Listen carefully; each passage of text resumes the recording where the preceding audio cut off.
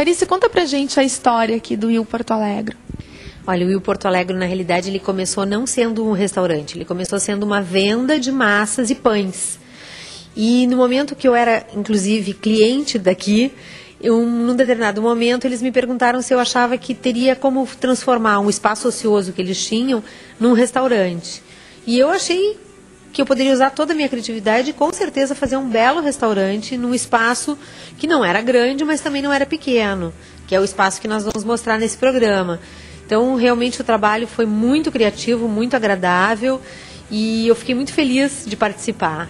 A gente percebe realmente que tu foste bastante criativa, até na escolha dos materiais. Nós escolhemos os materiais baseados assim, num custo não muito alto, em que a gente pudesse fazer um espaço aconchegante, agradável ao público, porque o que importa mesmo no restaurante, independente da decoração, é a comida que ele serve, né? E como a gente sabia que a comida era ok, era maravilhosa, nós pensamos assim, fazer um lugar gostoso, aconchegante, onde uma massa e um bom vinho possam trazer a clientela. Um espaço próprio para degustação. Exato, o espaço está bem colocado, próprio para degustação. Nós conseguimos acomodar um número relativamente bom de mesas e, com isso, nós trazemos um público para cá que, com certeza, sempre elogia o ambiente. Né? Volta mesmo. A gente trabalhou as paredes com tintura especial, tipo ranhura, com ranhuras, e para deixar ele rústico, né? O piso, a gente utilizou pastilhas compradas no Guichard, que é um local que tem material usado, material às vezes de segunda categoria, mas muito bonito. Então nós trabalhamos com a pastilha misturada com cimento alisado. Não tem coisa mais barata do que isso, realmente. E em termos de mobiliário, nós criamos todo o mobiliário, a não ser as cadeiras, que são de uma indústria pré-pronta, né? Nós criamos todas as mesas, os armários, fizemos uma mesa vitrine, que é essa mesa que a gente está fazendo a entrevista. O lustre também está bem diferente. O lustre foi uma coisa bem interessante, porque nós queríamos uma coisa que chamasse atenção. E não existia no mercado um lustre pronto, de ferro, com essa característica. Então nós desenhamos e ele foi confeccionado em Passo Fundo, que é a terra natal dos donos do restaurante. Nós fizemos alguns orçamentos e acabamos ficando em Passo Fundo com o executor da luminária. E, Clarice, conta pra gente agora um pouco sobre o teu livro, não é? Que tu acabou de lançar a 4ª edição do livro Arquitetura de Interiores e Decoração. Conta um pouco pra gente, assim, sobre o que trata. Olha, o livro é ideal para estudantes de arquitetura e para leigos que gostem muito dessa área. Ele foi lançado a primeira vez em 98, e agora ele está na 4ª edição. Ele foi todo remodelado nessa edição, temos uma nova capa. E ele, na realidade, Letícia, trata dos ambientes por si, explicando o que cada ambiente da residência se compõe. E dentro do ambiente, a gente esmiuça e passa para os objetos que transformam o ambiente. Ou seja, a cortina, a cor. Compor também esses produtos. A gente fala do produto e como ele compõe o ambiente. Um livro bem teórico, então. Totalmente teórico, ele tem 256 páginas e ele trata só da teoria da decoração. É o único, eu me orgulho de dizer isso, ele é o único livro brasileiro de decoração de interiores. Não existe nenhum livro teórico dessa matéria.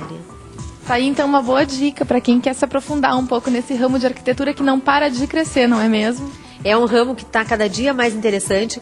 Inclusive eu estou me mostrando hoje como arquiteta comercial, coisa que eu nunca mostrei com vocês, eu sempre mostrei ambientes residenciais, né? Então, como está ampliando esse nosso trabalho, que o meu escritório não está só fazendo arquitetura residencial, como agora também arquitetura comercial. Clarice, no teu livro, então, tu também dá algumas dicas de decoração, de como colocar um quadro numa parede, a iluminação certa, coisas assim. Cada item tem suas dicas. A gente tem itens de todas as naturezas, desde a cortina, como eu comentei, passando pelos quadros, pela iluminação, tapetes, a gente fala de tapetes persas, tapetes arraiolos. Então, em todos os itens a gente tem alguma dica e que pode ser aproveitada diretamente pelo leitor. Quando ele lê esse livro, ele em algum momento ele pode pensar assim, olha, não vou precisar mais de arquiteto. Pode ser até. Então, a gente até fica brincando que eu estou fazendo uma contra-propaganda, né? Mas não é a mesma coisa, realmente. Em pequenas situações, as pessoas devem se virar sozinha, né? Até a escolha de um quadro, que é uma coisa muito pessoal. Mas, claro, num ambiente maior, as pessoas precisam de ajuda de um profissional, né? Bom, e aqui na decoração desse ambiente, tu optasse por uma exposição itinerante. Como é que está funcionando isso aqui dos quadros?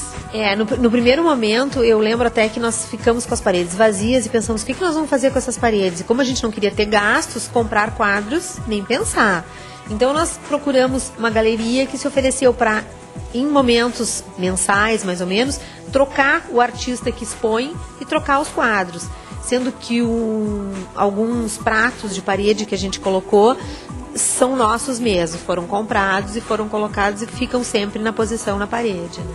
Bom, outro ponto que a gente não pode deixar de destacar é essa cortina mobile, que está todo mundo agora usando, não é?